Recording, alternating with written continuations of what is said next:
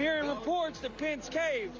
I'm telling you, if Pence caved, we're going to drag motherfuckers through the streets.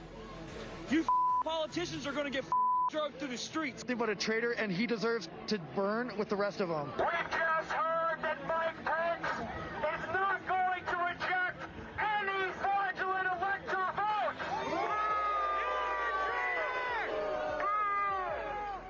That's right. You've heard it here first. Mike Pence has betrayed the United States of America. Okay, that is simply horrifying, and unfortunately, it's just the tip of the iceberg. Turns out, Trump's lawyer and insurrection mastermind, John Eastman, didn't think the Supreme Court would weigh in if Pence overturned the election. And according to the New York Times, Eastman claimed to have insight on fighting among the justices. I wonder how he got that. That's a little strange. Or maybe it's not so strange because he did clerk for Justice Clarence Thomas. And the Washington Post reports that Eastman exchanged emails with, you know it, Ginni Thomas, Justice Thomas's wife. Now, Eastman denies that the correspondent had anything to do with issues that could come before the court. Well, now the January 6th committee has a few questions for Mrs. Thomas. And according to the Daily Caller, she can't wait to clear up those misconceptions. Yeah, girlfriend, neither can we. Joining me now is MSNBC legal analyst Charles Coleman Jr., a civil rights attorney and former Brooklyn prosecutor, and our pal of the show, Lucy Caldwell, is back, political strategist and campaign manager for Joe Walsh's 2020 presidential campaign. Charles, you're here with me on set. Very happy to have you here with me this morning. I have to ask you, what was from your legal perspective, what was the most striking revelation that came out of the hearings this week for you? Well, there were two things, Tiffany. The first thing was we were literally on the brink of a constitutional crisis. And I think that people have to understand how significant that is when you consider the history of America and how long the Constitution has stood without this type of problem. So this is very significant that we were literally a Keystone Cops takeaway of democracy away from this crumbling. And so it just really demonstrates how fragile our democracy actually is. The second thing that I think a lot of people may have missed, but looking at it with the eyes of a former prosecutor, is what we learned about the big grift coming from the big lie.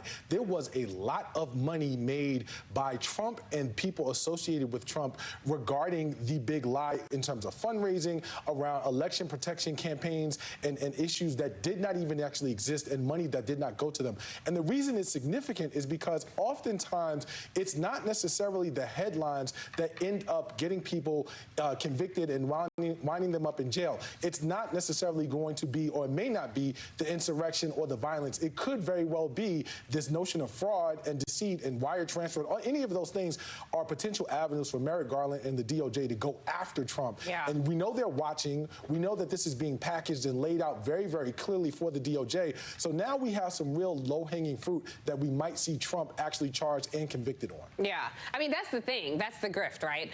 Lucy, I want to ask you, because you think about all of these people with Donald Trump raising money on a lie, and you think about all of these Republican voters who, poured money into this, and, shame on them. I'm not here to be, playing a violin for them contributing money to somebody like him. But that does seem like it's would maybe rub them the wrong way. Do you think this will penetrate that layer of willful ignorance among this MAGA crowd that they would say, yeah, this guy's, pretty much the Tinder swindler here. He got us for our coins. Does that matter in the Republican base? Well, I don't think that it matters with the people who were giving money to Trump, all their sort of fortune and riches between the November election in 2020 and January 6th.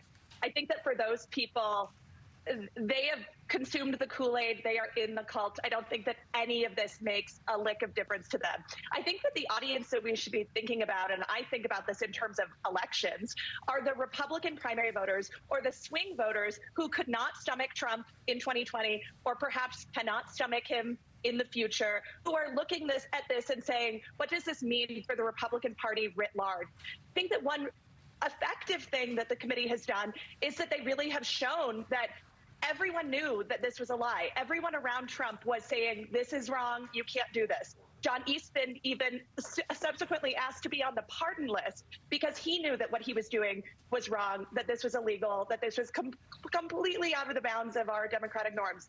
On the other hand, I do think that there has been so much emphasis in this on Trump and on John Eastman that I worry about the permission structure that it's creating for voters and for people on the whole to say, you know what, okay, this was an isolated incident. This was an isolated incident. It's Donald Trump. We're going to move on. We're going to move on to Ron DeSantis 2024, Ted Cruz 2028. Right. Where's the emphasis on Josh Hawley? Where is the emphasis on the members of Congress who were actively participating in this campaign? So whether or not that turns out to be a thing that is surfaced, I don't know, but I hope that it is, because I think that that's the case that needs to be made here.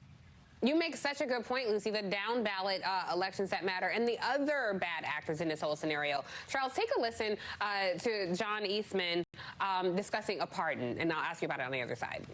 Dr. Eastman emailed Rudy Giuliani and requested that he be included on a list of potential recipients of a presidential pardon. Dr. Eastman's email stated, quote, "I've decided that I should be on the pardon list, if that is still in the works." Dr. Eastman did not receive his presidential pardon. That was, of course, Congressman Pete Aguilar reading an email or reading a statement about Eastman asking for this. But the fact that he was preemptively, like that says that you knew you were doing something wrong. You knew you were breaking the law. What is concerning to me, because I think Lucy makes a good point about people, you know, not really the wide, dark shadow that just casts over all the other people. What concerns me is if we are seeing right now, these people broke the law. And if they get off scot-free, if the Josh Hawleys of the world, if the Eastmans of the world, if they get off scot-free, it really does say to the rest of America, particularly folks who look like us, there is two justice systems in this country. That you can get, one group can get away with breaking the law, the other group can't. And that disenfranchises a lot of folks and discourages them from participating in its democracy. What's your thought there? Well, I agree, but I think that we both know that that's already true. I mean, we don't need this to verify what we already know in terms of the difference in the two-tier justice system in America. As it relates to what we're going to see or what we could see with respect to these Congress people, it is uncertain as to whether the DOJ, number one, will look to pursue conspiracy charges, and then number two, whether they will be able to use the information gathered from these hearings in order to prosecute any of these sort of fringe or outside individuals. The focus from the committee so far has really been about connecting the dots to Trump. And so I think that with respect to handing the case over to the DOJ and looking for additional prosecutions there, we would need to see more just in terms of the evidence that's been exposed. Now, of course, we haven't seen all the facts that has been uncovered throughout the course of the investigation, and so we don't know what else they may have. They've been focusing on trying to draw direct lines to Trump, which people have not been able to do so far. So this is a good thing in terms of getting the truth out. But around the conspiracy and other conspirators who were sort of complicit with the big lie, who sort of threw it from a distance and benefited from it, that's something that we're going to have to see and find out more facts about before we can hope for an actual prosecution going after them. But it is important for the very reasons that you mentioned. You can't sort of maintain this comfortable distance in terms of hijacking democracy from Americans and expect for it to go unpunished. Yeah, I completely agree. I want to ask you, Lucy, because the courts are such a big deal to Republican voters. A lot of Republican voters base who they're going to vote for and vote down ballot, just focus on the courts. This role that Ginni Thomas is accused of playing in the insurrection. Take a listen to Pete Aguilar talking to my colleague Joy Reid about her role.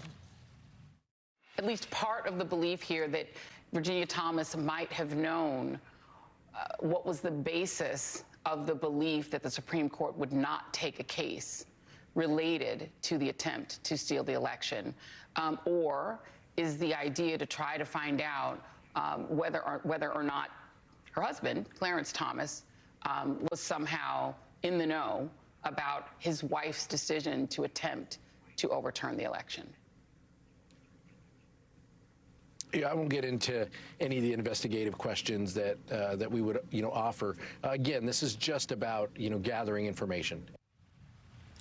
I mean, I listen to this and I see this play out, and my question is Ginni Thomas going to be perp-walked? Because she is clearly in violation of ethical norms, and it definitely seems like she is in violation of the law. Will this matter, again, Lucy, to people who are so focused on the court? Does the integrity of the court matter at all at this point? I'm actually not sure that Republican voters who vote based on court composition are going to be motivated by any of this, because they clearly have a set of issues that motivate how they vote, and that seems to increasingly be outside of the scope of democratic norms or what's decent. In terms of whether Ginni Thomas is going to, finally have consequences, I just think it's really important to remember that this is not Ginni Thomas's first rodeo. She has been an Icarus-like figure flying a little too close to the sun a time or two before. And some of the details that emerged as early as last spring, for instance, Ginni Thomas controls the email list of Clarence Thomas Clerk's alumni, right? This is not a woman who, just wants to have a civic life of her own, who happens to be married to a Supreme Court justice. This is a woman who is actively using her role to benefit financially, to benefit her causes in a way that are completely beyond the pale. And so if Ginni Thomas doesn't face consequences for this particular episode, then I think we almost all need to pack it up and go home. This is just such blatant corruption. Right. I remember when she left that voicemail for Anita Hill, which was a wild move all in and of itself. So much more to come up. Charles Coleman will return in the next hour. Thank you so much, Lucy.